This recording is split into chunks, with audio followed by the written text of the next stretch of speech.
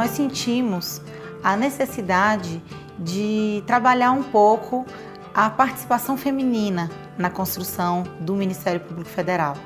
Então, era importante trazer esse olhar feminino sobre a nossa instituição, sobre os desafios próprios da nossa instituição para as mulheres e fazer, então, uma das etapas do projeto Memórias ligado diretamente à participação feminina no Ministério Público Federal. Eu me lembro assim que quando eu fui procuradora eleitoral no Rio Grande do Sul, realmente eu era a única mulher, todos os membros do tribunal eram homens, não é? Então, quando tinham as festas, os almoços, os jantares, sempre meio que era direcionada para ir para o grupo das mulheres dos procuradores, né? E eu me lembro que eu sempre, assim, eu queria estar com os procuradores, porque afinal eu era uma procuradora, né? Em Minas eu me sentia um pouco assim como se eu fosse a Estraga Prazeres que chegou lá para eles não poderem mais contar piada. Isso hoje em dia eu acho que não existe com tanta força, embora como a maioria seja de homens, acaba que os homens se agrupam e acabam com alguns os assuntos que daí não interessam muito, ou porque queiram ou não queiram, as mulheres acabam falando dos filhos, né? As mulheres que vieram para o Ministério Público, acho que foram escolhidas a dedo. São todas muito guerreiras, muito batalhadoras e muito criativas e muito trabalhadoras. Contribuíram para termos o Ministério Público que a gente tem. Eu nunca sofri por ser mulher. Tanto que eu não acredito na reencarnação. Mas eu vou dizer, aviso aos navegantes, se voltar eu quero ser mulher de novo. Eu acho que as mulheres, elas são assim mais ligadas nas coisas, dão maior importância a tudo, entendeu? Porque são mães também, mães de família, são estudiosas, são professoras, trabalham bem mais do que os homens.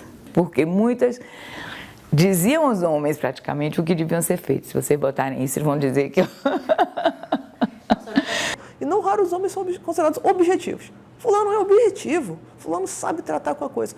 A mulher, quando ela coloca, ela quer impor a vontade dela. Talvez as meninas aí, as mais novas aí, não enfrentem algumas coisas que a gente enfrentou. Isso é bacana, né? A gente tem umas mulheres, e sempre mulheres, eu sempre mulheres não, eu tenho que fazer referência, eu me lembro de alguns homens, mas dessas atitudes mais destemidas, de adorar essas coisas, eu conheço algumas mulheres. Ainda sermos notadas por sermos mulheres, a gente até se cobra mais, né? Eu vejo assim um perfeccionismo até assim, ainda tendo que mostrar que o quanto a gente vai fazer bem feito. A mulher, ela tem uma visão assim mais humana das coisas. E eu acho que isso é muito importante em qualquer trabalho que você faça. A própria delicadeza, generosidade das mulheres, a sensibilidade das mulheres, ela é fundamental para que o Ministério Público continue sendo esse protagonista, né, da nossa sociedade, do desenvolvimento da nossa sociedade. Eu chegar em casa depois de um dia de trabalho e receber a mensagem de um pai dizendo assim, me desculpe, eu tô meio sem graça, mas eu queria te dizer que meus filhos só receberam a injeção que eles não recebiam desde dezembro. E aí me mandar foto, entendeu? Essa é a diferença. A gente percebe, por exemplo, no Ministério Público, que a tutela coletiva é recheada de subprocuradoras, mulheres, né? Porque existe uma sensibilidade nossa maior para essas matérias. Como as pessoas, as instituições também têm história, né? E as nossas instituições brasileiras, elas têm uma história pré-1988 e pós-88. Então, eu acho que é importante conhecer. Mulheres realmente valorosas, que são pioneiras no que elas fazem. Foram pioneiras, né? Elas começaram do zero, quando havia uma cultura de fazer como se fazia antes. Você tem que criar, você tem que construir o modo de fazer, botar sua criatividade ali. Achei essa iniciativa muito boa da associação, para que os colegas também, os mais novos, conheçam um pouco a gente. Dalva, o Ministério Público agora é bastante diferente do seu tempo. Eu fiz que não vi. Porque tem certas coisas que são permanentes. Eu acho que a memória ela é um estímulo a gente não repetir erros e avançar nos acertos. A gente entra aqui achando que, sabe, O Ministério Público não será o mesmo depois da chegada de Sua Excelência eu aqui. Não é nada disso, não é nada disso. A gente não é nada na vida. A gente não é nada. A gente simplesmente veio para prosseguir o trabalho que outro colega começou um tempo atrás, que por sua vez prosseguiu um trabalho que alguém começou lá atrás. Então é uma cadência. Na história dessa casa, nos últimos 30 anos, mas antes deles, nós temos assegurado papel para as mulheres, e não é à toa que cheguei onde estou, não é só por causa dos meus méritos, é porque muitas outras mulheres procuradoras da República lutaram por esse espaço, construíram esse caminho e me ajudaram a chegar onde estou. A gente também tem uma dívida com aqueles que nos antecederam e que tornaram possível essa instituição, do tamanho que ela é hoje, com a importância que ela tem. A sensação de pertencimento a uma instituição só chega quando você entende a instituição. São arquivos que às vezes não estão na via digital, não estão na internet, né? O papel da mulher foi em muito pouco tempo transformado. A forma de ver o mundo da mulher, em muitas situações, é diferente da forma do homem ver o mundo. Isso por si só já é enriquecedor.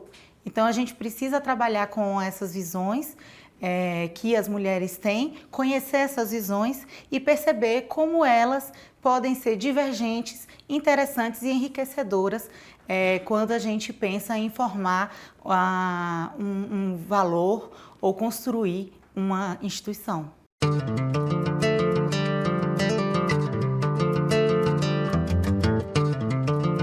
Eu sempre fui assim, uma pessoa que de tomar as dores, qualquer coisa que eu visse assim que não achava conveniente ou não certa, eu sempre me metia na confusão. Aí eu achei que eu devia ir para direito exatamente para ver se fazia algumas correções, né? A minha turma foi a primeira turma, eram 100 alunos naquela época, foi a turma que teve mais mulheres até então, eram 29 mulheres e 100 alunos. Foi considerado, assim, um super sucesso, né? Com 17 anos estava na Faculdade de Direito, talvez até um pouco cedo, né? Mas foi o caminho. E aí vieram outra onda de conservadorismo. Tem que casar. Mulher sem marido não tem espaço. Aí eu com 20 anos casei. Por exemplo, o bar chamava-se Habeas Corpus, o bar da OAB de Santa Catarina. E quando a gente dizia assim para os meninos, nossos colegas, vamos lá no Habeas Corpus, eles diziam, não, lá só pode ir homem. Os meus pais se separaram e enfim, eu tinha que me manter, então eu fui estudar à noite. O mundo da turma da noite era da turma assim, que trabalhava, que estudava, e que daí a gente saía, ia tomar chopp, entendeu? Quer dizer, a turma da manhã era uma turma muito comportada, e a turma da noite não, era a turma assim, que fazia política. Quando a gente discutia na política estudantil as chapas, nunca ninguém lembrava que uma mulher pudesse ser a cabeça de chapa, isso era uma constante, né? Pessoas amigas que inclusive foram presas, né? Teve um caso de suicídio, que não foi suicídio, que na verdade foi um assassinato, né? E isso dentro da procuradoria também a gente sentia dessa maneira. Volta e meia tinha um boato, olha, fulano é informante. Você não sabia se era ou se não era, provavelmente nem era, mas era um clima, né, que era muito ruim. O tipo de desafio que eles passaram, né, de enfrentar mesmo o regime ditatorial, de que era uma violência, né, estatal oficial, né, uma impossibilidade de atuar. Então, hoje eu vejo as pessoas falando assim de volta da ditadura, eu fico pensando, olha, eles nem imaginam o que foi viver aquele período, porque você não tem liberdade de dizer o que você pensa, é uma coisa assim, sabe, você tem que viver para sentir.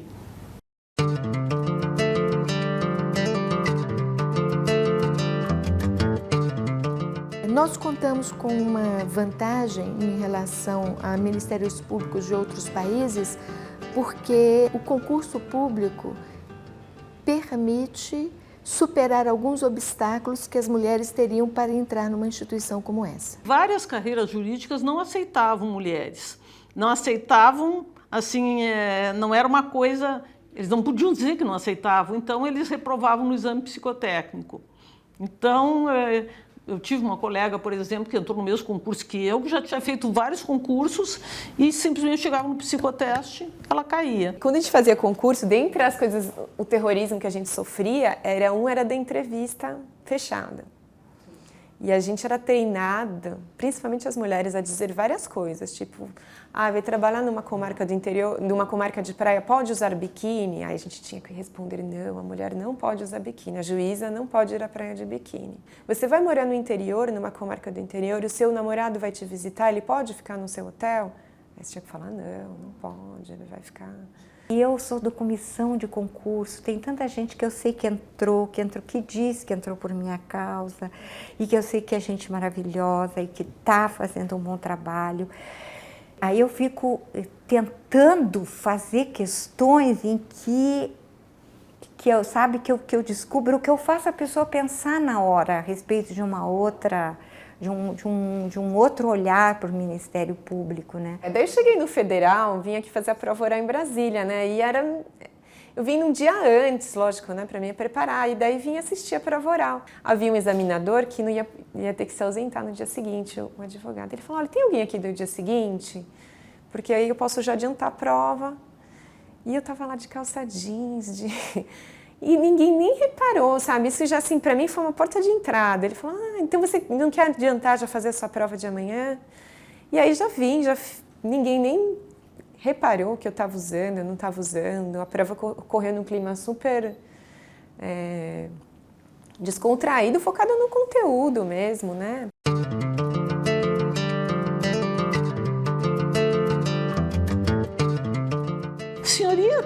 A senhorita é a moça que vai datilografar a audiência?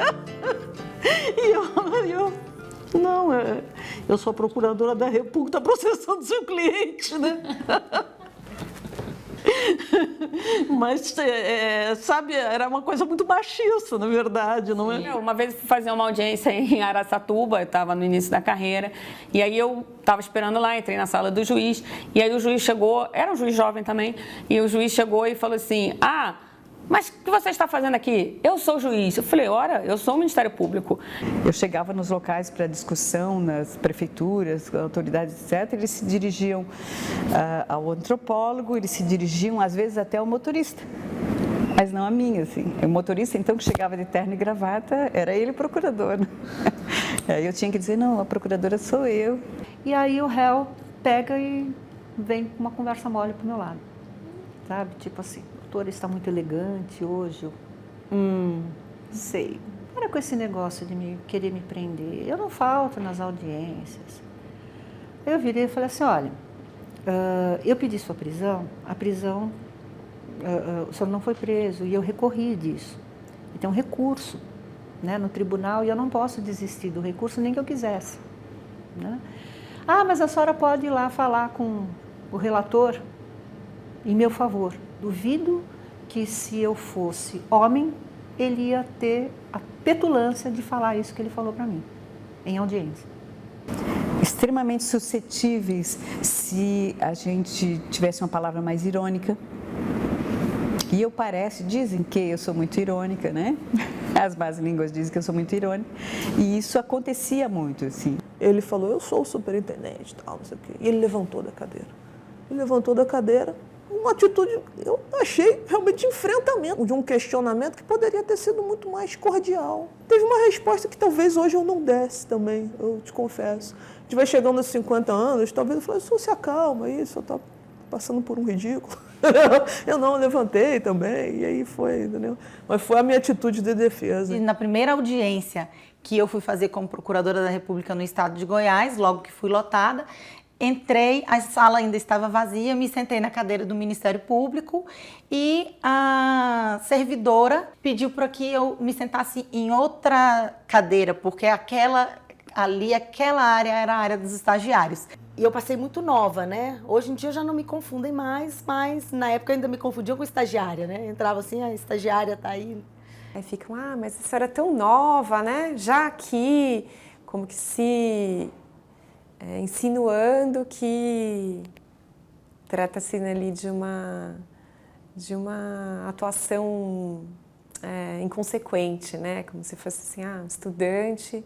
Primeiro, eu tive que passar por um período até mesmo de me impor enquanto mulher, enquanto procuradora. Porque se fosse um homem jovem, ninguém falaria esse tipo de coisa, né? Tipo, é tudo muito sutil, mas quando eu transponho para o sexo masculino, eu não vejo que ninguém faria o mesmo comentário. É preciso saber resistir e às vezes é preciso fazer isso com graça, porque muitas vezes engolimos, nós mulheres, mais sapos do que os homens engolem. Todos esses estudos que estão sendo feitos agora também, de quanto a mulher ela é interrompida, né? Quando fala, que não escutam assim o que ela diz.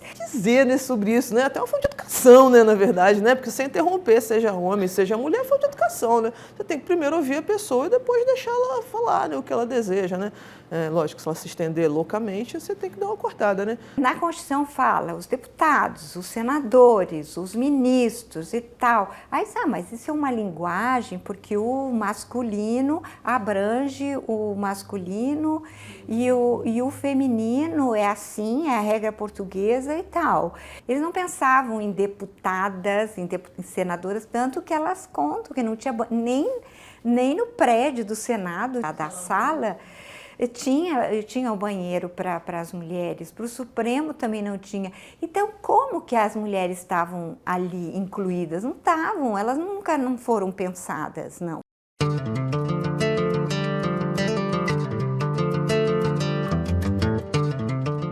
A questão da mulher, da violência, eu também fui pioneira.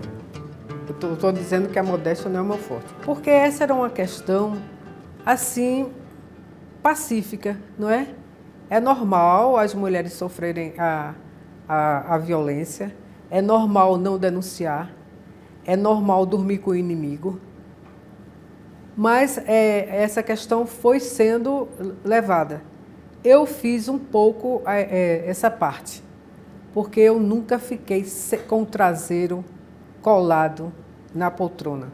Cada vez avizinha-se mais a hora de que as mulheres assumam mais posições de chefia, mais posições de destaque, não só porque merecem isso e são capazes disso, mas também que precisam de uma atuação de Ministério Público pelo olhar das mulheres. Tive um período como procuradora-geral interina, por 20 dias, né?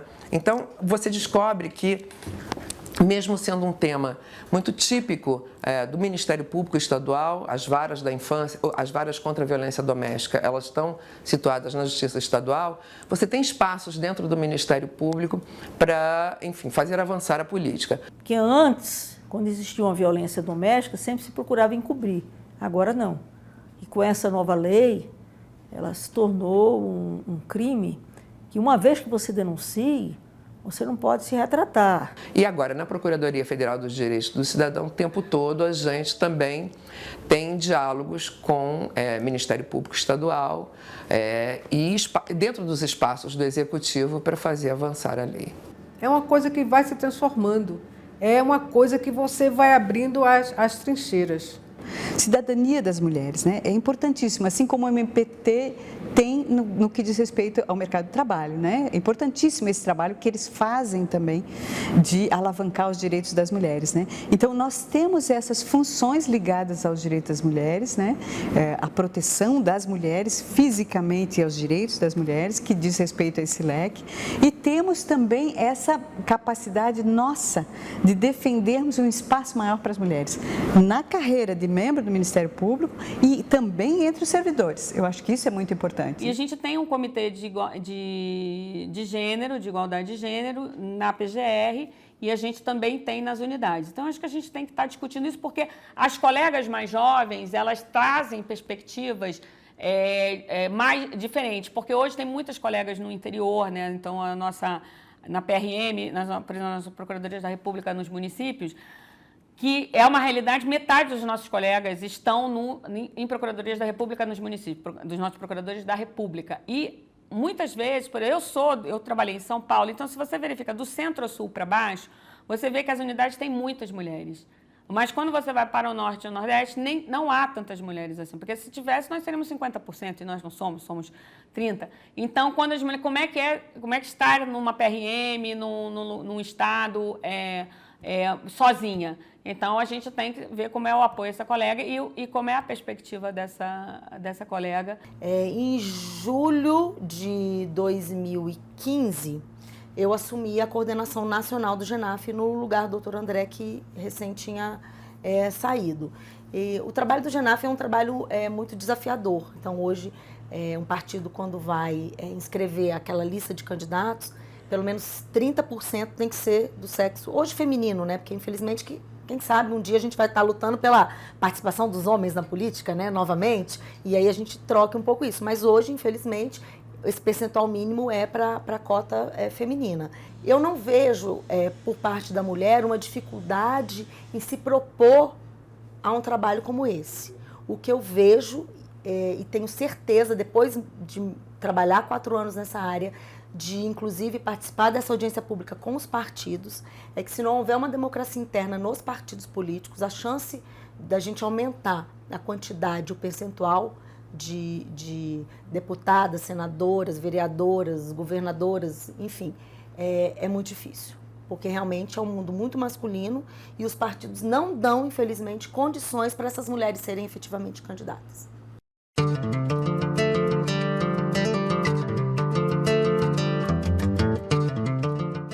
Bom, a nossa associação, ela se estabeleceu de forma muito forte depois de um evento que nós tivemos da morte do procurador Pedro Jorge, que foi um evento muito traumático para a carreira. Que Pedro Jorge já foi assim um ícone, né? Porque foi assassinado pelo exercício das funções, né? Quando ele descobriu todo o esquema, eles quiseram apagá-lo, né? Foi isso que aconteceu. A NPR foi bem mais assim, mais presente nesse caso do que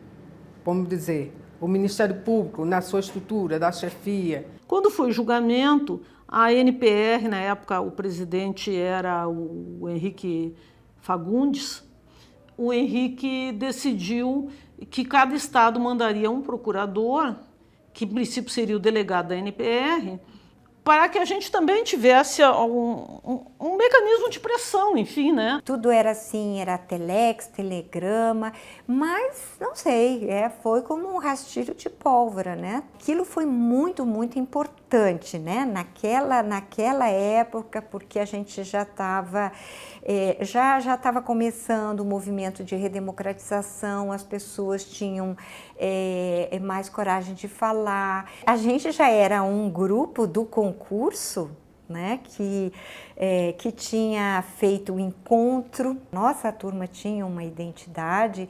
Pedro Jorge, para nós ali, ele é um nome que está marcado. Fui para o julgamento, isso eu participei desse julgamento dos assassinos, né, do Pedro Jorge.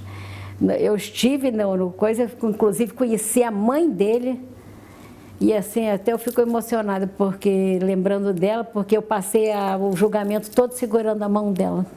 E foi uma coisa muito tocante. Eu me lembro que o julgamento acabou no Dia da Criança. E o assistente de acusação falou isso. Ele disse que era o Dia da Criança e que nesse dia as 2 filhinhas do Pedro Jorge não iam estar mais com o pai e tal, enfim, foi uma coisa muito tocante, né? A morte dele levou com que as pessoas buscassem os culpados e buscassem saber e também punir os que estavam dentro desse esquema. O primeiro julgamento foi um julgamento muito bom, porque os réus foram condenados, não é? Quer dizer, ou seja, a nossa presença, eu acho que de alguma maneira também auxiliou nesse sentido. Eu acho que Pedro Jorge mostrou à população o que é o Ministério Público. Meu pai foi o primeiro presidente da Fundação Pedro Jorge, de modo que ele foi um dos que, junto com tantos outros colegas, perceberam que ali era um momento não apenas para prantear a morte dele junto com a família, mas, sobretudo, era preciso tirar dali um proveito que servisse ao Ministério Público, aos propósitos de fortalecimento dessa instituição. E essa discussão eu acompanhei muito de perto dentro da minha casa, dentro da NPR, dentro da Procuradoria. Na Assembleia Nacional Constituinte, defendêssemos as 3 garantias que os juízes tinham, mas os membros do Ministério Público não. Eu sou adolescente no Rio de Janeiro, em 79, quando estão voltando os anistiados para o Brasil. E naquela época existiam grandes advogados que faziam a defesa dos presos políticos, né, que se pronunciavam, existiram até ataques a bombas dentro da OAB. Então isso é uma coisa importante, né, na minha vida, de percepção de mundo, de redemocratização. E eu faço faculdade de 84 a 88, e esse é o tempo da Assembleia do Congresso Constituinte. Então, para quem está estudando direitos, foi muito importante. E eu tive professores que tinham uma compreensão muito grande daquele momento, do que estava acontecendo, da transformação que ia acontecer. Então, eu acho, sempre que eu falo da minha qualificação, eu faço questão de começar pelo meu bacharelado, não dizer meu doutorado, meu mestrado, porque a minha formação inicial da UERJ, esses anos especificamente, vivendo ali o Rio de Janeiro, vivendo a UERJ, são fundamentais para tudo que eu vou ser depois.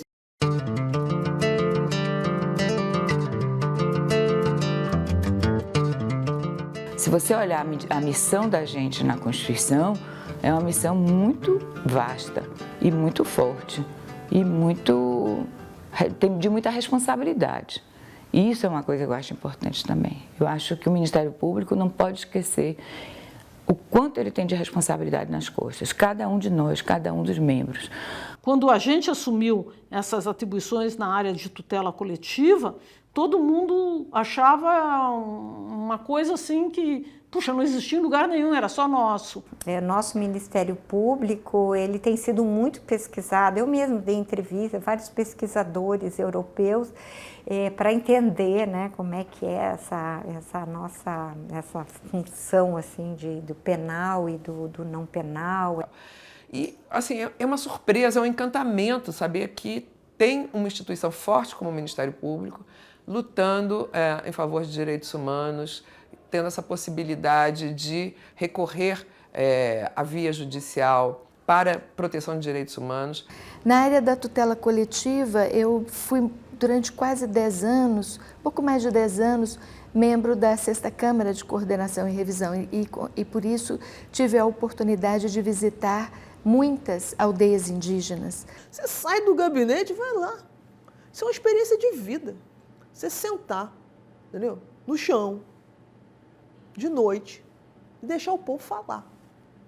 Né? Ficar dentro da área indígena, viver ali um pouco. Foram várias áreas e sempre momentos de muita felicidade e de muito aprendizado. Feito o primeiro contato com Cinta Larga que hoje, né, essa história dos diamantes, quer dizer, houve extermínio, índios que pela primeira vez foram contactados. Uma grande audiência pública para ouvir os índios e as índias.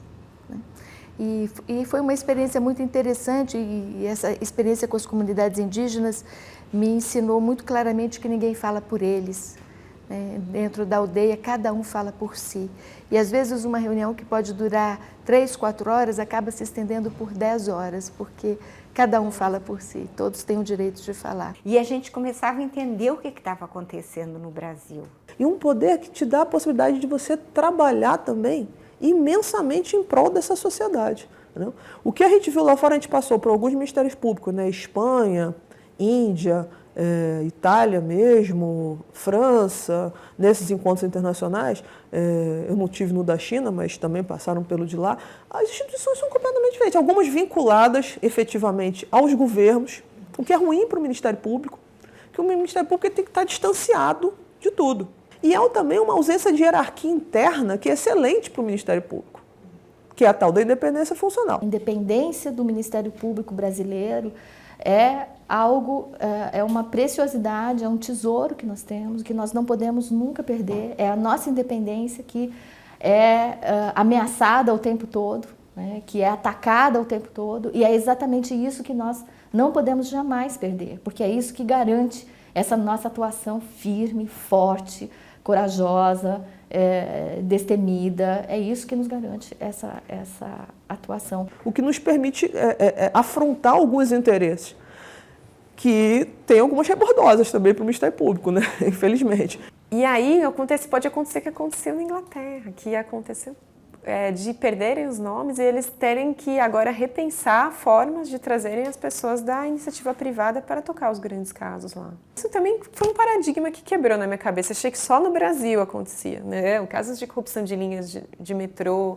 casos de corrupção de compras de armas, enfrentam dificuldades que a gente não enfrentava, que era Congresso arquivar, mudar o procurador-geral, não tinha essa estabilidade que tem aqui. É importante que foi nós sermos totalmente autônomos do Executivo e sermos uma carreira própria, seja nos estados, seja no âmbito do Ministério Público Federal. Então, por um lado, eles ficam surpresos de ver a gama de coisas que a gente faz aqui dentro, né, além do criminal, e por outro lado eles ficam surpresos que é uma legislação muito atrasada. Muitos anos, logo que eu comecei com a improbidade, eu ficava chocada com a quantidade de equipamentos médicos que os prefeitos compravam nas pequenas cidades e ficavam guardados em caixa. Porque o outro prefeito que veio era da oposição e não ia. Você acredita? Um raio-x, a população precisando. Gente, isso é para revoltar. E eu dava o parecer e o parecer não saía o julgamento. E ficava.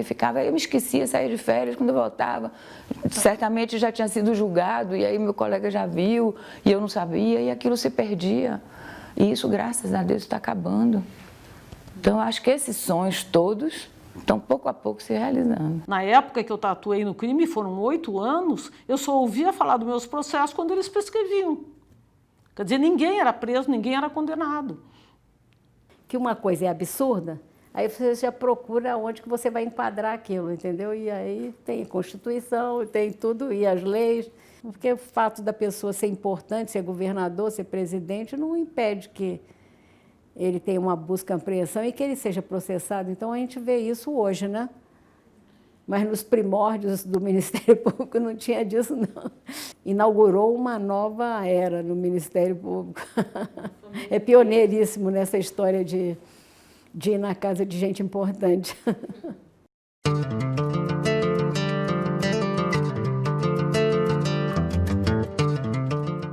E de modo que a história brasileiro, acho que vem confirmando que cada vez que novos instrumentos jurídicos são colocados à disposição, obtemos mais sucesso em juízo. A nossa tradição de entrar com ações contra as autoridades com foro no âmbito federal era muito pequena. E a gente precisava, então, estruturar o núcleo que cuidava das ações originárias. Incrementar as investigações contra os prefeitos, por desvios de verbas federais praticados nas prefeituras, né? Quando eu cheguei na Procuradoria de Minas, a gente estava começando a criação de uma das primeiras varas contra crime financeiro. E eu achava aquilo instigante, eu sabia nada. Ninguém sabia nada. Não tinha livro de doutrina, não tinha jurisprudência, não tinha nada, tinha legislação nova e cada um que se virasse. Eu falei, opa, é um trabalho bacana para a gente abrir os caminhos. E ali nós começamos a trabalhar com quebras de sigilo bancário, né, que até então eram coisas mais difíceis, e mesmo assim foram quebras que a gente fazia praticamente na unha. Eu me lembro sentada com o senhor Heitor, que era o funcionário do Banco Central, uma sala desse tamanho assim, papel pela sala toda, e a gente o dia inteiro lá, olhando os papéis. Extrato bancário a gente abria na mão. A gente pedia para os bancos a relação, aí vinha a relação, você olhava a relação, não, eu quero esse cheque aqui, aí você mandava lá, aí vinha o cheque, aí você olhava o verso do cheque, nossa, tem essa conta aqui, então eu quero essa conta aqui, então, assim, foi quase que artesanal uma investigação. Eu sei que esse amadorismo, depois de 3 anos, gerou a primeira denúncia contra um banco, que foi o Banco Rural. Redundou em 2 denúncias, redundou em uma condenação, que foi uma condenação bem alta, depois acabou sendo reduzida no STJ e acabou prescrevendo até, como muitos casos. Mas no âmbito administrativo eu também acompanhei essa investigação, também teve um resultado positivo, o juiz acabou sendo afastado. Foi um caso bastante emblemático para mim, no sentido de que me ensinou muito. E começaram a surgir as primeiras doutrinas, os primeiros trabalhos teóricos sobre investigação, sobre teoria mesmo da lei de lavagem de ativos. Antigamente ela nem incluía os crimes tributários, depois passou a incluir.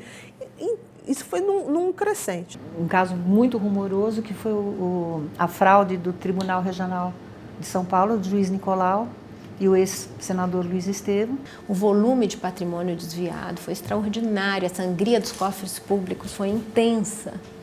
E foi um caso que se estendeu ao longo de anos. Só uma instância, um dos réus havia interposto mais de 34 recursos, numa instância já extraordinária, né? Pessoas famosas, pessoas poderosas, né? A primeira vez que um ex-senador é denunciado e preso. Inclusive prerrogativa de foro, um juiz de segundo grau. A primeira vez que um ex-presidente de tribunal é preso. Foi a primeira vez que a gente foi procurar ajuda para os ministérios públicos dos Estados Unidos e da Suíça. E foi no bojo desse processo que foi criado o Departamento de Recuperação de Ativos e Cooperação Jurídica Internacional. Essa modernização das técnicas de investigação, ela faz parte da modernização da estrutura jurídica brasileira.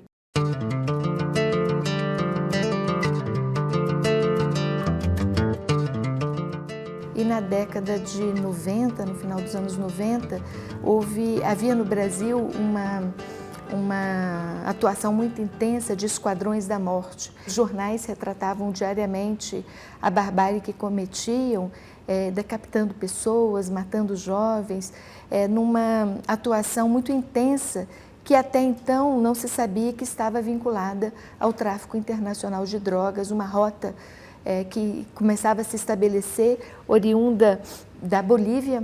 E foi nessa ocasião que nós nos deslocamos para o Acre, éramos uma equipe de 3 colegas, com uma lei embaixo do braço, que era uma lei que nos permitia colher depoimentos de testemunhas e oferecer a elas a proteção do Estado. Começamos a ouvir essas testemunhas e a perceber como o relato que elas faziam se relacionavam com histórias que os jornais contavam, e aí percebemos que havia uma atuação muito coincidente com a prática de homicídios no plantão de determinados delegados de polícia.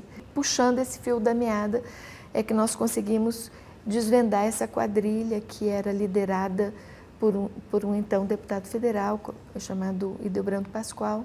E é o que tem acontecido mais recentemente com relação a crimes do colarinho branco, né? Os crimes de corrupção.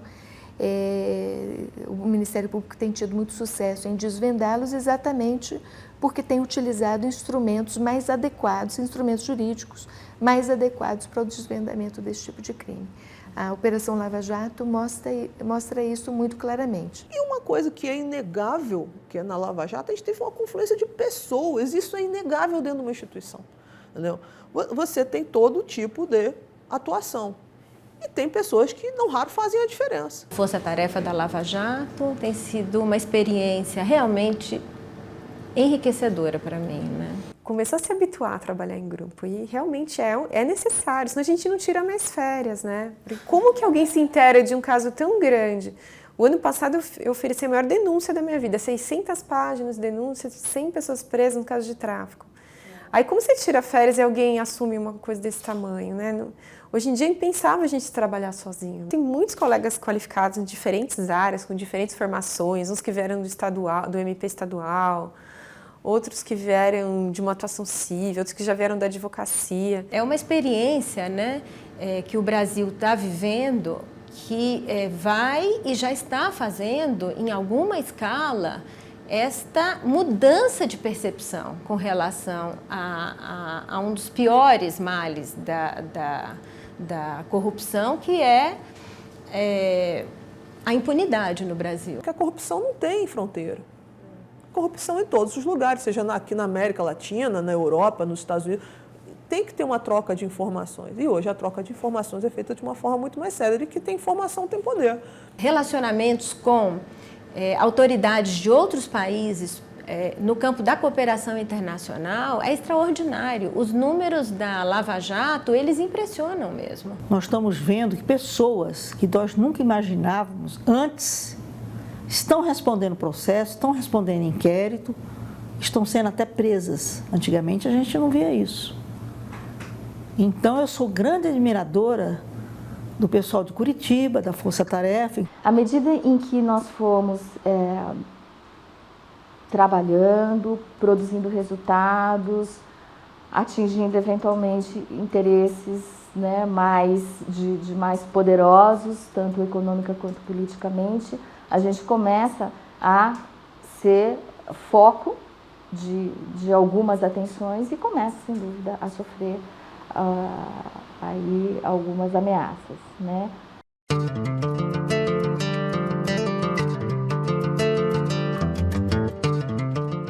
A gente engole o medo e vai embora, entendeu? Eu tenho que fazer o processo, se eu não fizer, outra pessoa vai fazer e essa pessoa também vai ter medo. E o Ministério Público tem que encarar e tem que dizer, você tem que fazer assim, ou isso é um crime, você tem que dizer. E o fazendeiro era um cara, assim, um político poderoso, e aí, assim, houve menções, assim, de ameaça, né?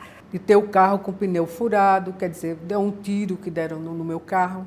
Eu passei a dirigir bem devagar porque eu achava que eu podia ser alvo de algum atentado nos freios do carro. A gente não sabe de onde pode vir, de repente, uma agressão, uma ameaça, enfim. Em Guarulhos eu andava armada. Tinha muita atuação com a máfia japonesa. De vez em quando aparecia um pessoal lá nas nossas audiências que... tatuagem, gente sem dedo, sem mão, sem braço, né? Que tem uma graduação, né, da retirada das partes do corpo, né? Então a gente tinha algum receio, mas... Eles entraram e colocaram dentro da garagem da minha casa, Lírios da Paz, com cartão, desejando Feliz Natal, etc. De você sair de um interrogatório de um réu e você vê ali convite de amizade em Facebook. Nós corremos para o banheiro simplesmente porque um ameaçou que ia matar o outro. Nós passamos a pedir que quando a pessoa entrasse, tinha que ser revistada. O senhor lá, ruralista, que foi uma vez a Florianópolis armado, foi desarmado na recepção, felizmente, né? Uma dessas pessoas investigadas era um rapaz novo e tal, e eu comecei a me deparar com ele em muitos lugares. No supermercado, na minha academia, no meio da rua, e toda vez ele fazia questão de me intimidar. Ele olhava para mim fixamente. No dia da audiência, e na hora que eu me sentei ao lado do juiz, eu olhei fixamente para ele, que você não vai me intimidar. Qual era a reação? Baixava a cabeça. E a gente tira direto, né, grampo de telefone. Já fui gravada diversas vezes, isso eu já fui. Então a gente tem que sempre ter cautela, porque podem descontextualizar qualquer coisa.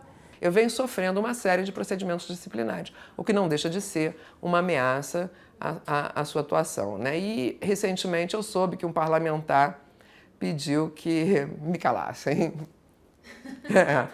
Embora tudo isso gere tensão, gere um medo, mas em nenhum momento, um segundo sequer, eu pensei em desistir ou deixar que isso me paralisasse. Que a nossa maior satisfação é quando o nosso trabalho ganha efetividade no final. Quando você consegue alterar a situação de impunidade, quando você consegue promover os direitos, né? A gente está tendo que enfrentar muitas iniciativas legislativas muito ruins para o Ministério Público e realmente um torniquete no cofre que só foi para o Ministério Público e magistratura. Sempre que o Ministério Público, seja o Ministério Público Federal, o Ministério Público Estadual e também a magistratura, né, os juízes que vão atuar nos processos, sempre que você tentar romper determinadas estruturas brasileiras onde o direito criminal ele era usado só nos crimes contra a vida ou contra o patrimônio, e ele tem que ser usado mesmo, porque são bens importantes, mas quando você vai avançar para a questão de crimes contra a administração, como a corrupção,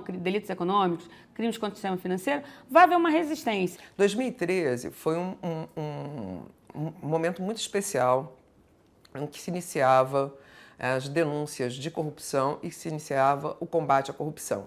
Então, quando um de nós resolve denunciar um prefeito, quando resolve denunciar um deputado, quando resolve entrar com uma ação de improbidade contra alguém importante, ousa pedir prisão e bloqueio de bens de empresários poderosos que mandam e desmandam no país com seu dinheiro, né? Isso sempre tem um efeito contrário para o Ministério Público. E havia uma proposta de emenda constitucional para garantir que só quem poderia investigar seria a polícia. Como é que eu sou titular da ação penal sem poder fazer uma investigação? Que é uma falácia dizer que só uma instituição tem legitimidade para investigar. O Ministério Público sem poder investigatório é uma instituição vazia, né? Seria um retrocesso no trabalho da gente. A gente ia trabalhar diariamente sob temor de ser, né? De receber uma represália, uma ação, uma responsabilização, dano moral. Já pensou ter que pagar um dano moral para uma pessoa que você não conseguiu, às vezes, condenar? Isso faz parte do sistema. O sistema tem as válvulas dele para não ter absurdos, né? Nós temos um órgão de controle externo, tem recursos. Naquela época, eu coordenava a 2ª Câmara e houve um encontro em Belo Horizonte, envolvendo os colegas da primeira instância e nós aqui da regional, em Belo Horizonte. E naquele momento estávamos com o burburinho da PEC 37. Eu pouco conhecia a doutora Raquel Dodge e na hora do coffee break eu estava tomando um café, eu disse assim, eu não entendo. Falei, olha, se essa PEC 37 não é o caso de convocar o Colégio de Procuradores, eu não sei o que é, me desculpe. Ela olhou para mim e falou assim, você tem razão. Falei, aqui nós estamos em quase 70 colegas, por que a gente não propõe uma coisa aqui? Ela falou, você quer ir lá defender isso? Falei, eu vou. Aí eu fui. Eu fui lá e expus. E aí, por unanimidade, foi aprovado. E na ocasião, me incumbia como coordenadora levar o assunto ao Procurador-Geral da República, que eu fiz, e ele demonstrou que não haveria espaço da parte dele para capitanear esse debate. Eu estava no conselho nessa época e a gente começou a formar mesmo que tinha que haver a reunião e para se opor a essa emenda, e a gente conseguiu, né? Eu passei 15 dias no gabinete da doutora Raquel, chegando às 8 da manhã e saindo às 10 da noite. Coisa boa foi que eu perdi 4 quilos, tá? E quando terminou o prazo, nós chegamos para o então chefe de gabinete e dissemos, então, está convocado? Ele falou assim, não sei, agora eu preciso imprimir, contar e ver. A gente, não, você não precisa fazer isso. Está tudo aqui, a gente já tinha tudo catalogado por unidade e foi um processo um tanto quanto tenso. Promovi a eleição do Colégio de Procuradores, que o colégio precisa se reunir na forma que a Lei Complementar 75 estabelece. Só que nós precisávamos colocar aqui um número mínimo de colegas para instalar os trabalhos. Chegou um momento que realmente houve um contato, já que vocês perguntaram, houve um contato da Raquel, a MPR ajudou, trazendo delegados e alguns colegas e tal, e foi bacana porque a gente viu algumas lideranças novas também surgindo no colégio. A associação auxiliou com o pagamento de algumas passagens. Tinha colega que dizia assim, olha, eu estou em férias e eu estou no exterior, mas eu tenho milhas. Aí uma colega dizia assim, eu não tenho dinheiro para ir, então use as minhas milhas. Então o colega bilhetava a passagem do outro colega para vir. Foi uma coisa assim, nunca antes visto na história desse país.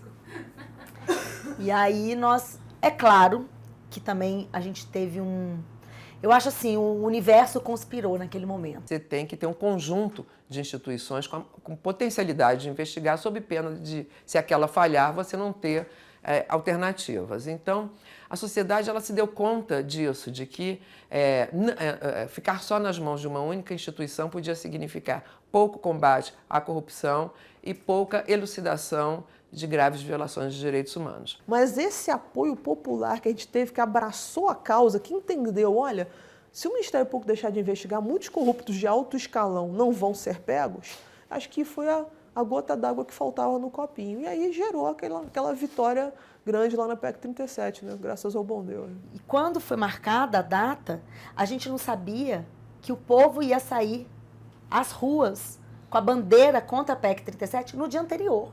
E aí foi um momento em que nós tivemos um apoio, assim, né, da população, houve uma conjunção. Então foi um momento de grande emoção, né, ver a sociedade brasileira unida em prol desse resultado. Aquilo foi um negócio muito emocionante, porque o que aconteceu?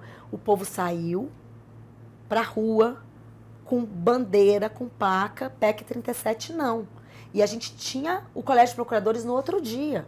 E até pela pressão da sociedade. Eu acho que a sociedade ela exerceu um papel importantíssimo e também a imprensa. Porque se não fosse a sociedade, se não fosse a imprensa, talvez as coisas não tivessem evoluído tanto. A sociedade civil brasileira também foi às ruas e se manifestou. E dessa feliz coincidência, resultou que o Congresso Nacional não levou adiante esta votação e rejeitou esta PEC 37.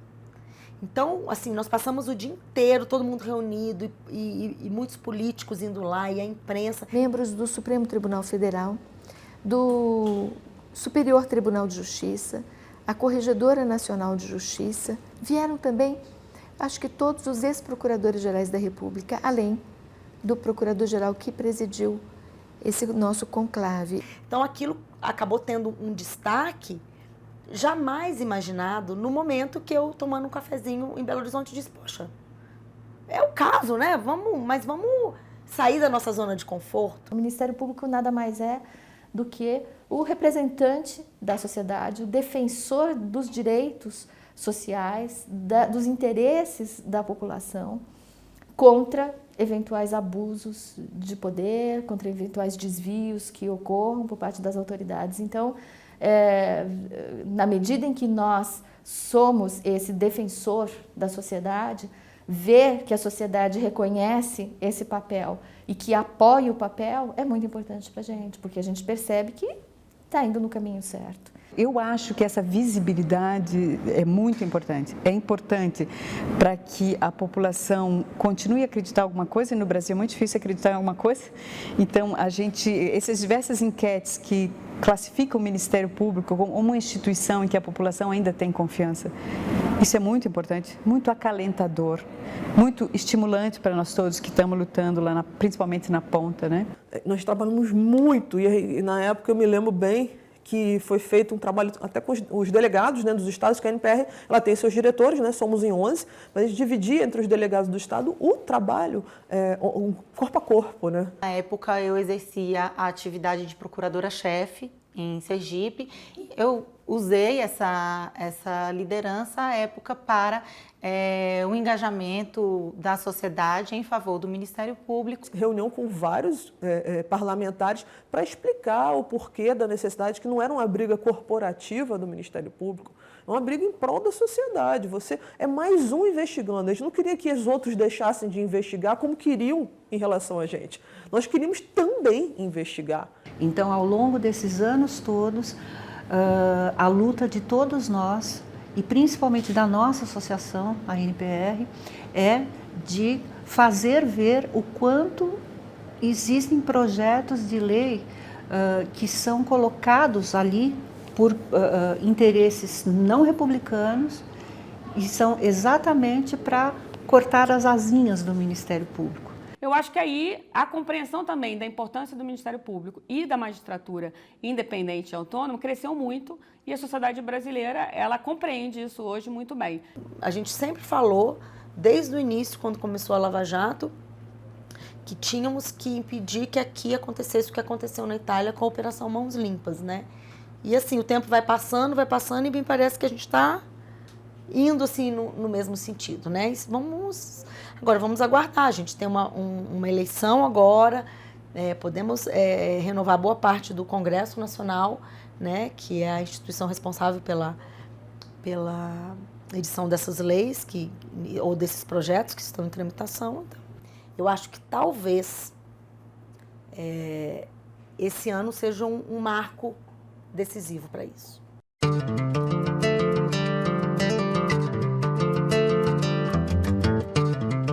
A NPR aqui é muitas coisas aqui aconteceram por conta do trabalho feito pela NPR, pelos seus presidentes, a sua diretoria.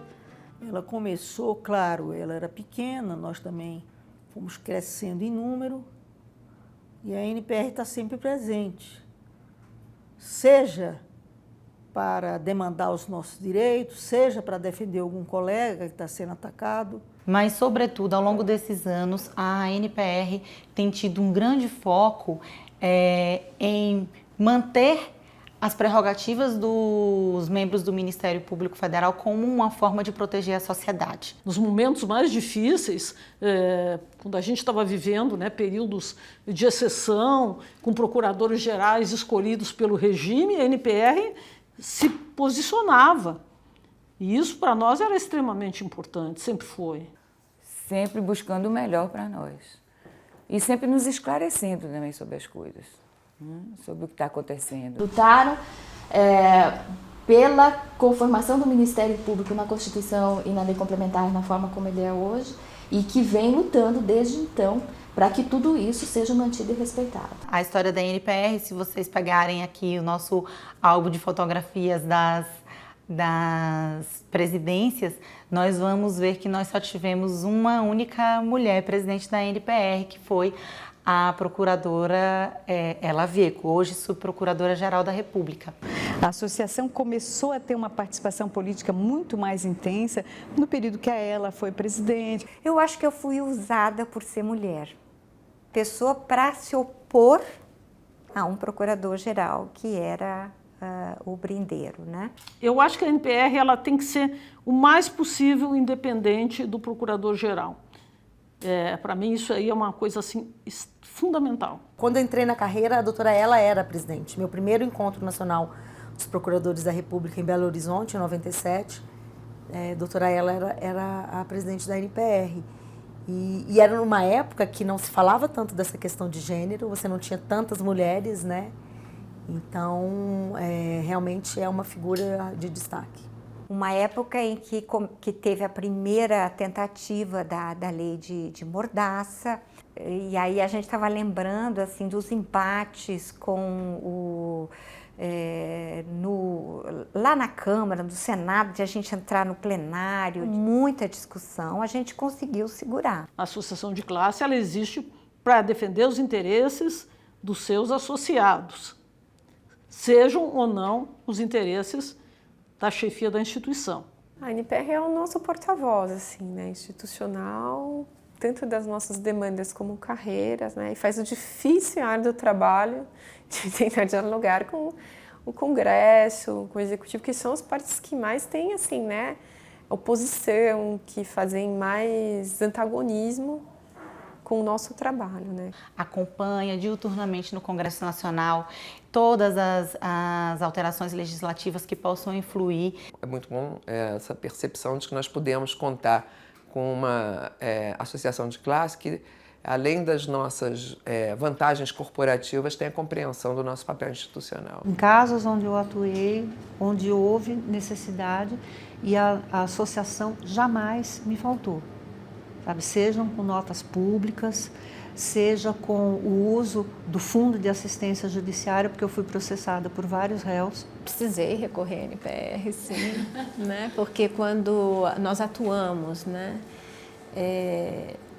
criando alguma situação de dificuldade para aqueles que vêm há anos, né, desviando recursos públicos, praticando ilegalidades, né, essas pessoas envolvidas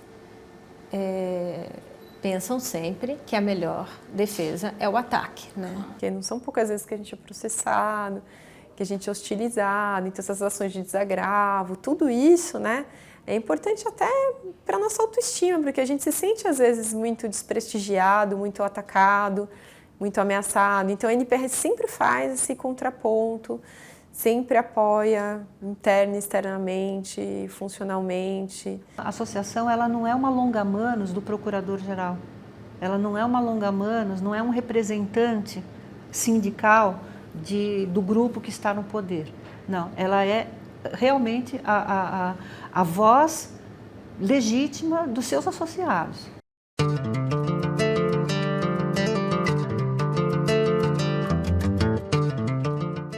passado a NPR teve uma atuação que me pareceu bastante importante, que foi a realização do primeiro congresso técnico. Várias temáticas, era um leque muito grande de áreas para se debater, mas foi feita uma plenária onde a gente pôde mais ou menos resumir, né, e participar de outras temáticas que nós não tínhamos trabalhado, talvez, nos grupos. Saíram diversas teses nesse congresso técnico, que são teses que a carreira espera da administração. Não foram teses que a NPR criou, não.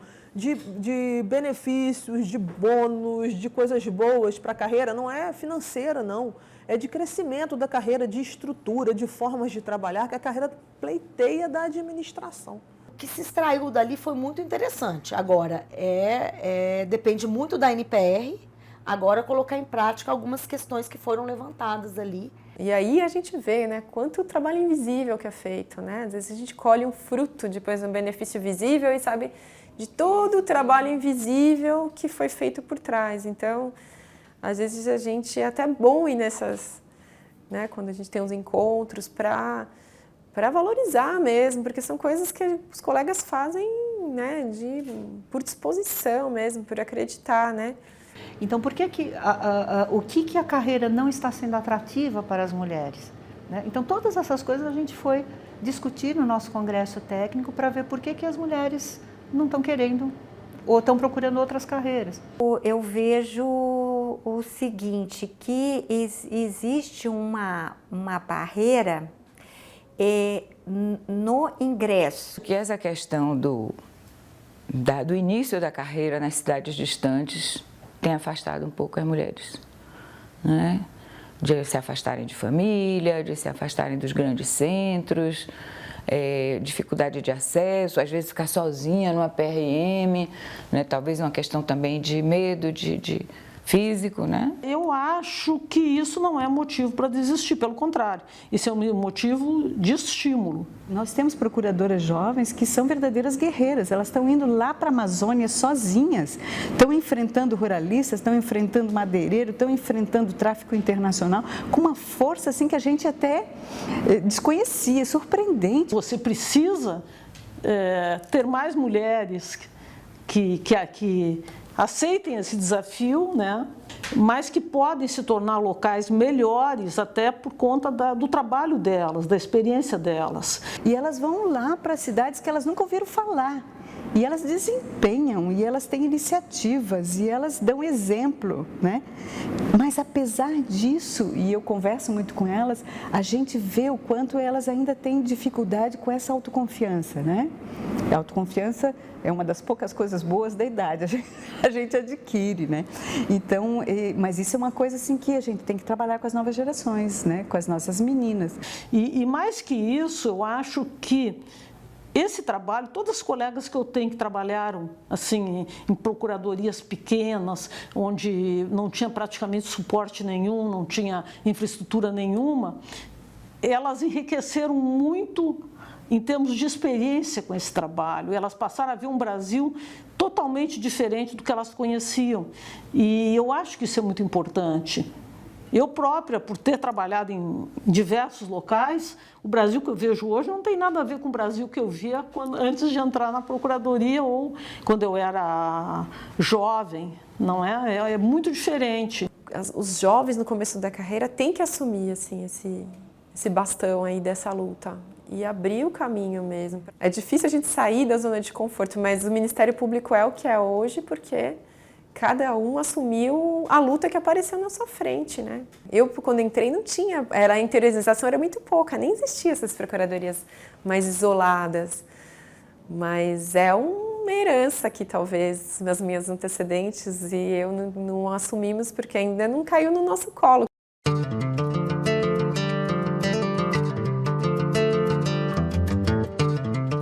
Numa dos encontros dos procuradores que foi em São Luís, e quem era procurador era Sepúlveda Pertence. E Sepúlveda não era da carreira. E isso incomodava os procuradores e nós nos reunimos. Vamos apresentar uma moção de uma lista tríplice entre os membros da carreira. Na hora da Assembleia, eu disse, vamos apresentar. Não tinha um, Alana. Eles ficaram temerosos da ação do procurador, que poderia não gostar, e eu acho que ele... Porque as pessoas levam muito na parte pessoal.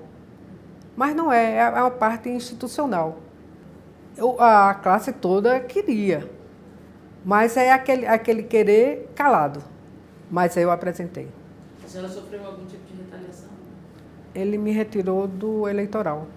Que vocês sabem, eleitoral é a menina dos olhos de qualquer procurador. Eu achava que não. Eu já disse a vocês, a Constituição para mim era a Bíblia. E a Constituição não prevê isso. Então, hoje a gente faz, mas eu ainda acho que é contra a Constituição. E eu acho que a gente tem que seguir a lei. Se a gente começa a inovar muito, a tirar muito o que está no papel, surge a insegurança jurídica, que para mim é mais prejudicial de tudo. Sou a favor da lista tríplice, acho que os colegas, agora a instituição ficou assim muito politizada com isso tudo, né? Tem um lado ruim que normalmente, mais dia menos dia, essas listas começam a criar cisões enormes dentro do Ministério Público. Aí você tem que ter assim contato com os colegas, entendeu? Os colegas têm que conhecer o trabalho que você faz, como você é, entendeu? E tem uns que sabem assim fazer melhor o dever de casa, né? E aí são escolhidos, eleitos, então fica assim muito politizado tudo, né? Mas os candidatos aí que nós tivemos, todos foram muito bons candidatos. Agora, o que é interessante a gente ver é que as mulheres não se candidataram à PGR. Né? Só a Helenita, Delza acho que nunca se candidatou, ela Vieco sempre, e só. Acho que esse ano nós tivemos 3, né? Candidatas, né? Débora, acho que foi candidata uma vez. Esse ano agora teve Sandra, Raquel... E a doutora Ela. E a doutora Ela, exato. Mas eu digo assim, lá atrás, quando começou em 90, eu não me lembro de nenhuma mulher se candidatando. Quando você nunca vê uma mulher num determinado posto, é que ele é como assim, esse não é o teu lugar. Eu acho que tem a ver com o viés cultural da gente, de que a mulher não estava ainda preparada para esse primeiro plano, né? Aí você vê o contrário, você vê que a gente não estava lá na PGR, né? Mas estava em todas as câmaras, estava na PFDC, estava no eleitoral em algumas situações. Várias câmaras de coordenação e revisão são coordenadas por mulheres, né? Nós temos mulheres na corregedoria, né? Hoje só como corregedoras auxiliares, mas já houve corregedora mulher. E talvez assim o que tenha acontecido aqui, que durante um longo tempo a gente teve o poder nas mãos de um mesmo grupo, né? E os candidatos desse grupo sempre eram homens, né? Agora, de qualquer maneira, evidentemente é muito mais democrático a gente poder fazer uma lista, não tem nem dúvida, né? Quer dizer, ainda assim, eu acho que eu optaria pela lista, sim. Foi um momento muito importante de tomada de decisão de que a NPR se engajaria nesse processo. E sem esse processo, eu não posso imaginar como é que a gente estaria hoje. É um processo que já foi incorporado, aí vem sendo conduzido de forma muito bem sucedida nos últimos tempos, foi fundamental para o Ministério Público, para a eleição, para termos os nossos procuradores gerais legitimados durante todos esses últimos períodos, e mostrou a importância de realmente da lista tríplice, né? O direito que o presidente tem de escolher na lista tríplice ou escolher também fora da lista tríplice se ele quisesse, mas aí ele ia mexer num vespeiro, né?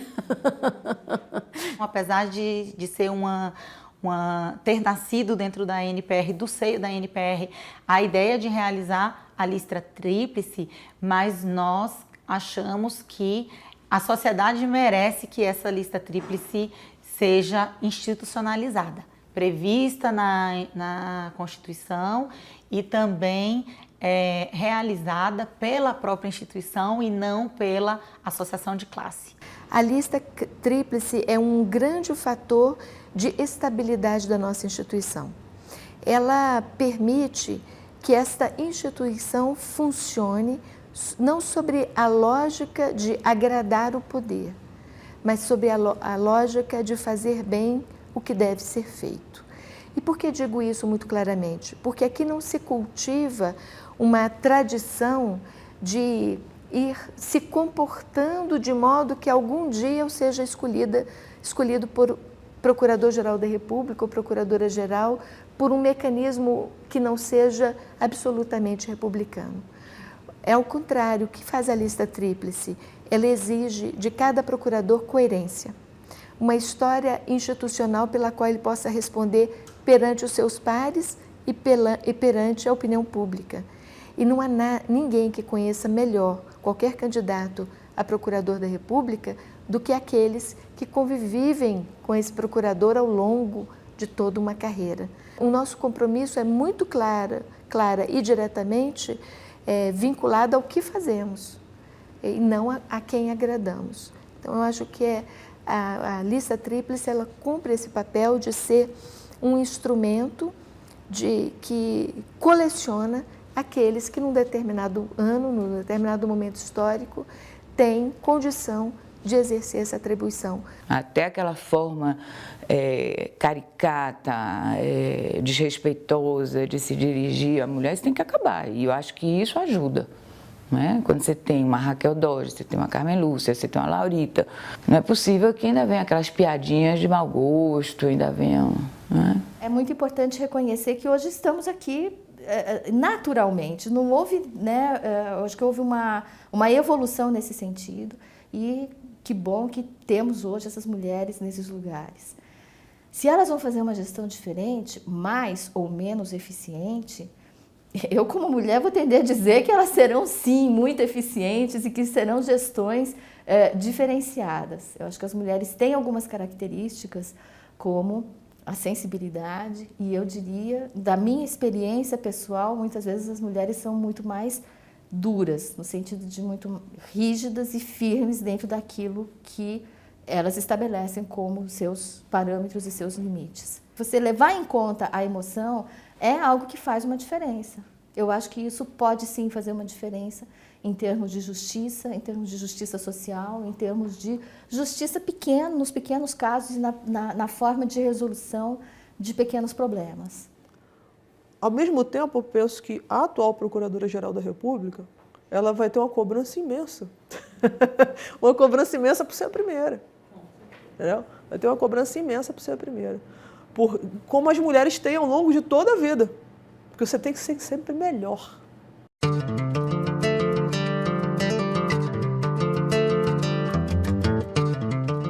Esta é uma ideia que existia ao tempo em que eu tomei posse. Quando eu tomei posse como Procuradora da República, fui logo chamada para o gabinete do Procurador-Geral, que era o Dr. Pertence.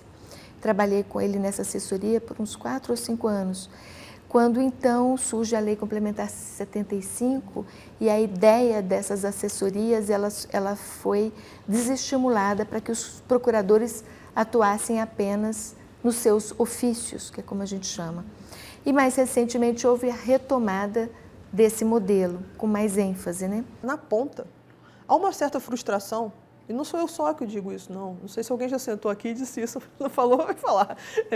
Às vezes há uma certa frustração de você não participar em nenhum momento da sua vida de um trabalho de escola mesmo, sabe? Um trabalho importante. É um modelo muito interessante, porque, por um lado, ele oxigena o trabalho que se faz na ponta com novos saberes e os entrantes na casa, os mais novos, vêm mais atualizados e talvez mais conectados com os problemas da sua própria geração, que refletem nessa atuação aqui na Procuradoria-Geral. É uma forma de pensar uma gestão mais moderna mesmo, não? Eu fico como eu na nona vara e ali na nona vara ficarei até me promover e aí fico...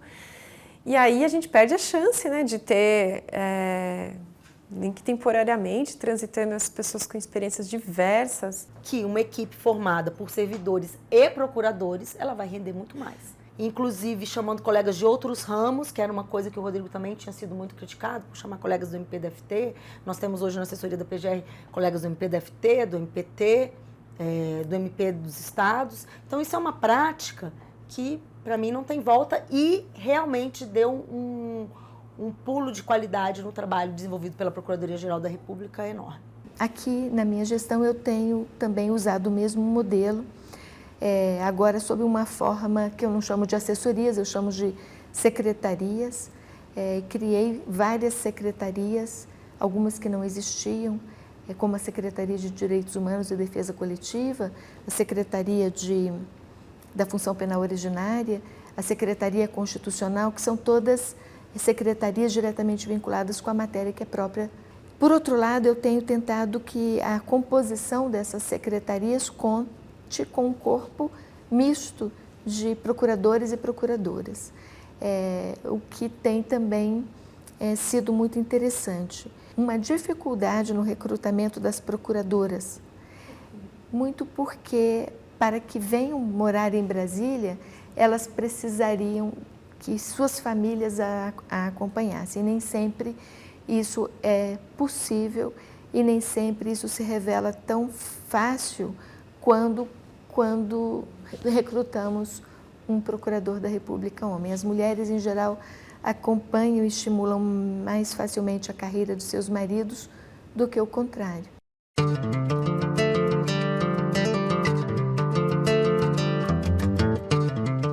As barreiras com relação às mulheres são muito, muito fortes, né? Então, eu entendo que nós temos que fazer muitas ações afirmativas para facilitar que as mulheres possam aceitar esses cargos, alguns cargos, sem se sentir culpadas. É o grande diferencial. No dia que as instituições, o Ministério Público, tiver um olhar acurado para dentro de casa também, entendeu? As mulheres que têm filhos pequenos, que aí depende fisicamente, inclusive, da mulher, né? Amamentação até 2 anos, entendeu? Não é possível. Se você vira para uma mulher que precisa amamentar até 2 anos, ela tem um filho pequeno e fala que ela tem que cumprir um horário de 8 horas por dia, você está podando qualquer possibilidade dessa mulher ser uma liderança. Eu ouvi algumas perguntas nessa minha candidatura para o CNMP, que aí começaram a me fazer questionar. Vários colegas perguntaram, mas como é que você vai dar conta de ir para Brasília algumas vezes por semana, que seja, porque você não fica aqui o tempo todo para ser conselheiro do CNMP? Você tem 3 filhos. Você tem 3 filhos, você tem 3 filhos. Chegou um momento que eu comecei a parar. Aí um colega, que era mais amigo, eu cheguei e perguntei, por que você pergunta isso para mim? Porque os outros candidatos também têm filhos. Vocês perguntaram para os outros 2 candidatos que são homens? Depois entrou um terceiro candidato que também tinha 2 filhas. Vocês chegaram... Porque ninguém perguntava isso. Perguntava para mim, porque faz essa vinculação absoluta de que a mulher tem que estar presente em todos os momentos do filho. É importante que esteja, mas é importante que o pai também esteja. A pessoa até costumava brincar e dizer assim, a Helene, você vai na casa dela, ela está com um filho no colo, está com um livro no outro braço e mexendo a panela. Porque o que eu enfrentei do Ministério Público não foi, digamos assim, nenhum tipo de preconceito pelo fato de eu ser mulher. O que eu enfrentei foi algo que você pode enfrentar e qualquer pessoa enfrenta, quando é mulher, mãe, dona de casa. Que nós temos que, enfim, temos que fazer uma jornada no trabalho e uma outra jornada com os filhos, com a família, enfim. Hoje eu acho que eu não tive dificuldade nenhuma. Eu amamentei até os 9 meses, eu passei 5 meses trabalhando e amamentando. Meus filhos nasceram na época que a licença era só de 3 meses. Então, todos foram desmamados cedo, por isso que deve ser assim, porque são carentes. Eu sempre falo, mamãe, a senhora não está dando atenção. Eu acho que foi o desmamamento cedo, mas eu estou brincando só. Tinha muito forte a questão cultural, que a gente achava que mãe tinha que ficar a tempo integral, né? Isso tinha... Era um pouco da educação e da cultura. E minhas amigas da época eram um pouco com essa cabeça.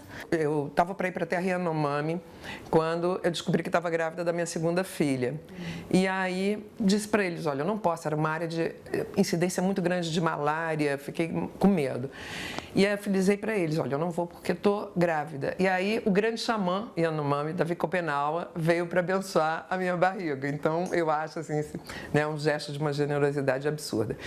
Eu talvez seja uma pessoa discrepante. Eu não vejo tanta diferenciação na mulher, eu vejo muito na família, muito. Do papel que a mulher é exigida perante a sociedade, logicamente por ser mulher, na família, o papel da mãe. A mãe é vista ainda como um ícone intocável. Ela tem que ser mãe. A mulher é mãe. Se ela é mãe, ela é mãe. E ela não tem capacidade de fazer outra coisa. Ora bolas, ela ficou burra? Não, ficou incapaz, ficou o quê? Não modifica nada. Eu me senti, às vezes, culpada de ter saído, de passar a tarde na procuradoria, de estar trabalhando. Tinha esse sentimento de culpa, que, na verdade, não tinha muito sentido, porque eles estavam na escola, eles estavam bem, eles estavam atendidos. Eu estava sempre... tinha como chegar para almoçar com eles, tinha como chegar para jantar com eles, para botar na cama, para ler, para cantar músicas, né? Então, hoje eu acho que eu fiz bem. E eles também não me cobram de jeito nenhum isso. Eu acho que eles foram bem. Eu estava bem presente na vida deles. Aí, à medida que ia chegando ao final da gravidez, eles iam ficando cada vez mais apavorados. Porque eu não queria tirar licença antes do neném nascer, né? Mas eles estavam simplesmente apavorados, eles estavam achando que eles iam fazer um parto. Aí acabou que eu acho que uns 15 dias antes eu tirei licença, mas foi muito por conta deles, sabe? Eu não conseguia mais aguentar a pressão deles com essa história de achar que o neném ia nascer no trabalho. Então... Tive momentos de esgotamento mesmo, né? Porque são jornadas imensas. E eu sou separada há muitos anos, desde que o meu filho mais velho tem 8 anos, minha filha mais nova tinha 6. Então, eu vivi com ele sozinha e tendo que... e gostando muito de estar presente, de andar de bicicleta, de sair para pescar, de escalar montanha e de viajar muito. Então, eu sempre consegui compatibilizar com toda a carga de trabalho do Ministério Público, só exigindo bastante disciplina. E aí eu começo a lembrar que não, o quanto eu me desdobrava para ir buscar na aula de violino, de ficar junto na aula de violino, de ir para cá, de ir para lá. Mas a gente, como mulher, sempre acaba sendo aquela âncora. As crianças ficavam onde eu estava, né? E aí, nesse ponto, eu tive muito apoio da minha avó e da minha mãe, né? Então, isso foi muito importante para eu poder ter essa minha carreira. Mas eu acho que mulher, sei lá, a mulher se desdobra e acha tempo. Porque eu tive 4 filhos, eles estudavam só de tarde, eu normalmente ficava de manhã com eles, trabalhava de tarde e às vezes de noite, não é? Mas, enfim, eu sempre consegui ter muito contato com eles, mesmo com todo esse monte de trabalho, não é? Porque você dá jeito, você tem que dar jeito, né? Então, o tempo aparece. O fato de você ser mulher faz com que você seja aquela que vai carregar ali a criança, você vai passar pela gestação, você vai amamentar, e é uma coisa que o pai não pode substituir. Então, aquela coisa, você tá de barrigão ali fazendo audiência de réu preso, né? Mas está trabalhando ainda normalmente e tal. Aí o filho nasce, você vai para licença maternidade, fica tudo ótimo, maravilhoso, durante 6 meses, que emenda com férias e não sei o que tal.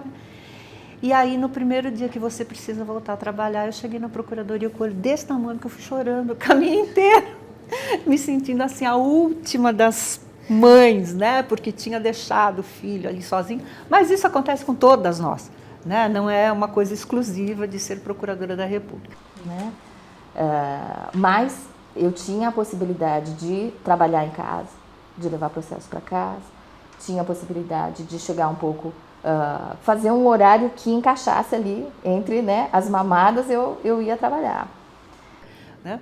E aí a gente vai, né, vai cuidando dos processos e dos filhos ao mesmo tempo, e vamos que vamos, e dá tudo certo. Eu, Ana Paula, nunca me senti impedida de fazer nada por ser mãe da Roberta e do Rafael. Muito pelo contrário, eu acho que isso me motiva a querer melhorar, a fazer um trabalho melhor.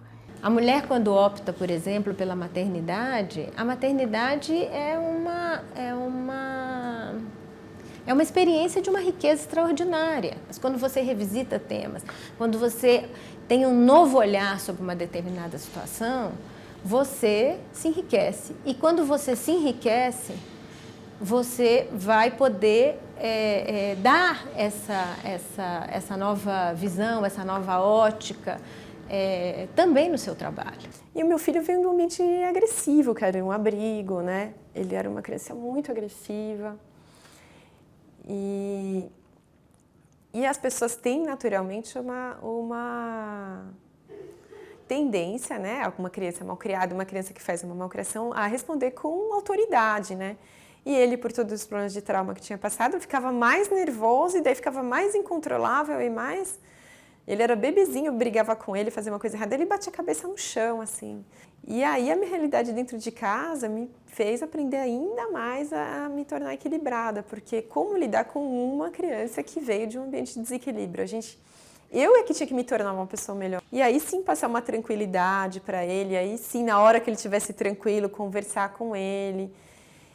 E daí eu trouxe isso tudo para o meu trabalho. Uma coisa é você tratar minorias, é você tratar a injustiça, né? Ali, com a sua neutralidade. Aí na hora que aparece dentro da sua casa, tem coisas que você vivencia alguns papéis que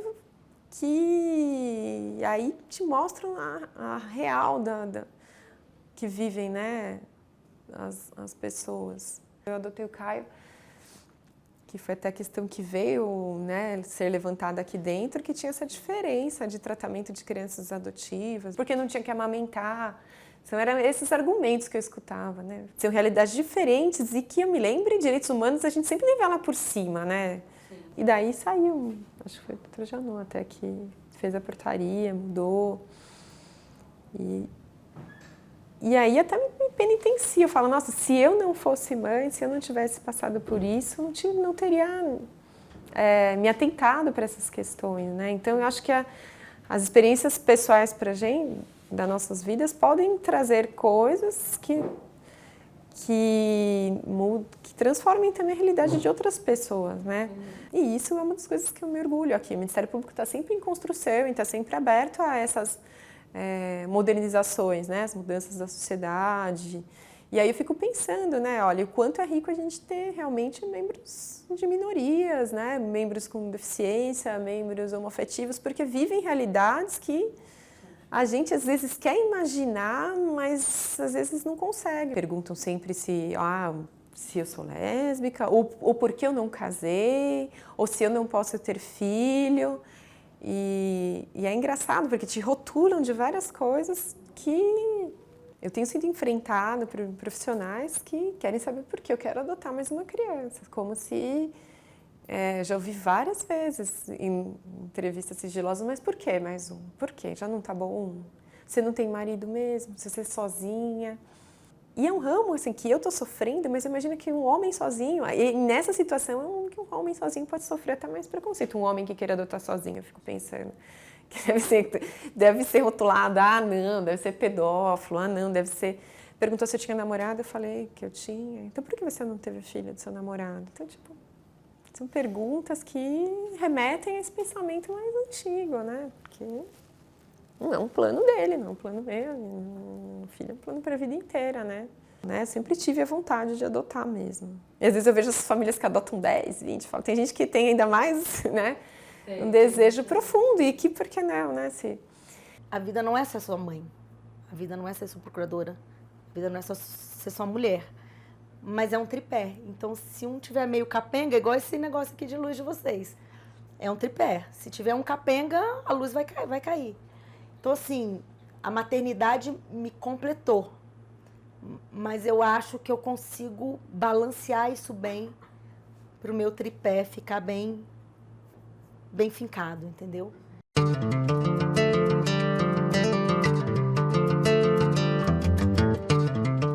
Há muitas atuações dos poderes públicos no Brasil que precisam de uma atuação de Ministério Público pelo olhar das mulheres, porque muitas dessas políticas públicas são dirigidas a elas.